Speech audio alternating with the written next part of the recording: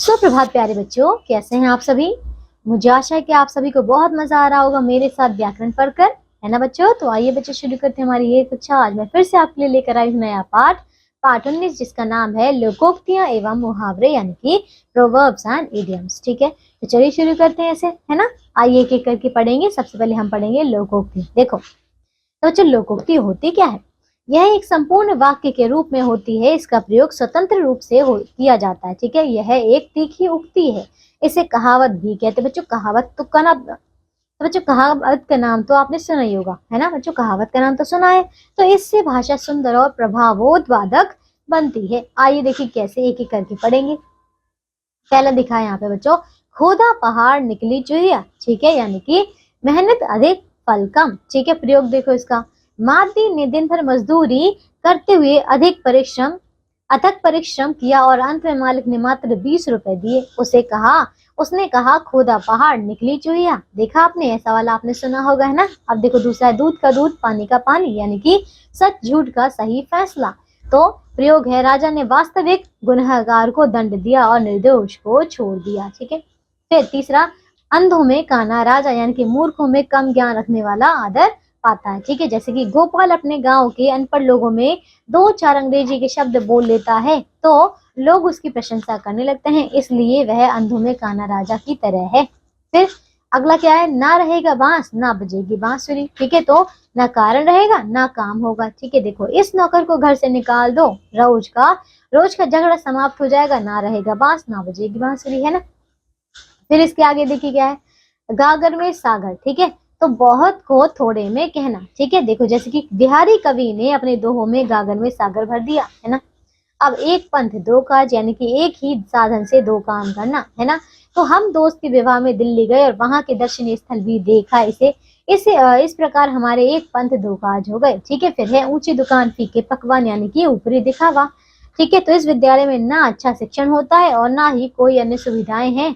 वह ऊंची दुकान फीके पकवान की तरह है। ठीक है, समझ गए। आइए आप देखो बच्चों कुछ लोकोक्तियां और उनके अर्थ। ठीक है, तो आइए बच्चों आप देखिए कुछ प्रसिद्ध लोकोक्तियां और उनके अर्थ। बच्चों पहला है, अधजल गगरी छलकत जाए। ठीक है, यानी कि कम गुण वाला व्यक्ति दिखावा बहुत करता है। ठीक है, देखो जैसे कि अब इसका है ना।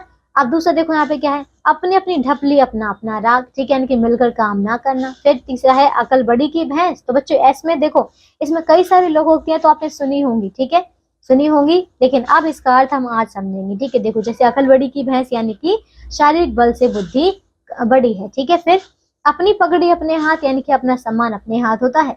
अंधेर नगरी चौपट राजा, प्रशासक की अयोग्यता से धांधली होना। ठीक है, फिर क्या है अगला, अब पछताए होत क्या जब चिड़िया चुग गई खेत, यानी कि इसका अर्थ है समय बीत जाने पर पश्चाताप करना व्यर्थ है। फिर अपनी अपनी अपनी करनी पार उतरनी। ठीक है, यानी कि कर्म के अनुसार ही फल मिलता है। फिर है बच्चों, अंधा क्या चाहे दो आंख। ठीक है, तो बिना प्रयत्न के मनचाही वस्तु मिलना। फिर क्या है, अंधा पीसे कुत्ता खाए, यानी कि मूर्ख की कमाई दूसरे उड़ाते हैं। फिर आम के आम गुठलियों के दाम, यानी कि एक वस्तु के दो लाभ, है ना। आंख का अंधा नाम नैन सुख। ठीक है, गुणों के विपरीत नाम। तो देख रहे बच्चों कितनी सारी इसमें लोकोक्तियां हैं जो कि आपने अक्सर सुनी हुई हैं, लेकिन अब आप इनको एक बार फिर से खुद से पढ़िएगा। ठीक है, और आपको याद भी करनी है। ठीक है, मैं ये आपके लिए छोटे से बच्चों बहुत सारी लोकोक्तियां हैं। चलिए कुछ और देख लेते बच्चों, जैसे कि इसकी आखिरी वाली में देखो क्या लिखा है। 79 वाला है, हथेली पर सरसों नहीं उगती। ठीक है, काम होने में कुछ समय तो लगता ही है। ठीक है, ये इसका अर्थ है। फिर 80 है इसका, हाथी के दांत खाने की और दिखाने की और, यानी कि ढोंगी के कहने और करने में बहुत फर्क होता है। ठीक है, तो बच्चों इसमें कुल 80 लोकोक्तियां हैं जिनको आप खुद से पढ़ेंगे। ठीक है, आइए अब हम देखते हैं बच्चों मुहावरे। ठीक है, देखो अब ये क्या होते हैं। तो बच्चों मुहावरे वाक्यांश के रूप में लाक्षणिक अर्थ युक्त करते हैं। ठीक है, अर्थात इनका विशेष अर्थ प्रकट होता है। इनके प्रयोग से भाषा सशक्त, प्रभावशाली और आकर्षक हो जाती है। जैसे बच्चों देखिए पहला हमारे पास है आंखों का तारा। आंखों का तारा यानी कि बच्चों बहुत प्यारा। ठीक है, तो इसका प्रयोग है, मोहन अपने माता पिता की आंखों का तारा है। दूसरा देखो, नाको चने चबाना। ठीक है, यानी कि परेशान करना। ठीक है, प्रयोग होगा, इस लड़के ने तो मुझे नाको चने चबा दिए। फिर है गाल बजाना, यानी कि निरर्थक बात करना। ठीक है, सुरेश को आता जाता कुछ नहीं है और व्यर्थ में गाल बजाता रहता है। ठीक है, फिर देखो आगे क्या है, आंखें बिछाना यानी कि स्वागत करना। ठीक है, तो इसका प्रयोग है क्या, मुख्यमंत्री जहां जहां गए लोगों ने आंखें बिछाई। ठीक है, फिर देखो आंखें चुराना यानी कि अनदेखे निकल जाना। ठीक है, तो इसके आगे क्या है, क्या लिखा है बच्चों, मोहन मुझे देखकर आंखें चुरा कर निकल गया है। ठीक है, फिर 9 2 11 होना यानी कि भाग जाना। बिल्ली को देखकर चूहा 9 2 11 हो गया। ठीक है बच्चों, तो देखिए इसमें कितने सारे ये मुहावरे हैं, बाकी क्या अभी आप पढ़िएगा। चलिए नीचे हमें कुछ और दिए गए हैं, देखो जो पढ़ लेते हैं। तो मुहावरे दिए हैं और उनके अर्थ। पहला है यहाँ पे अक्ल का दुश्मन यानी कि अर्थ है बच्चों मूर्ख। ठीक है, फिर अंगूठा दिखाना यानी कि साफ मना करना। फिर अंगुली पर नचाना यानी कि परेशान करना। आंखें दिखाना यानी कि क्रोध करना, है ना। अब देखो यहाँ पे आंखों में धूल झोंकना, धोखा देना। आसमान सिर पर उठाना, शोर मचाना। उल्टी गंगा बहाना, उल्टा काम करना।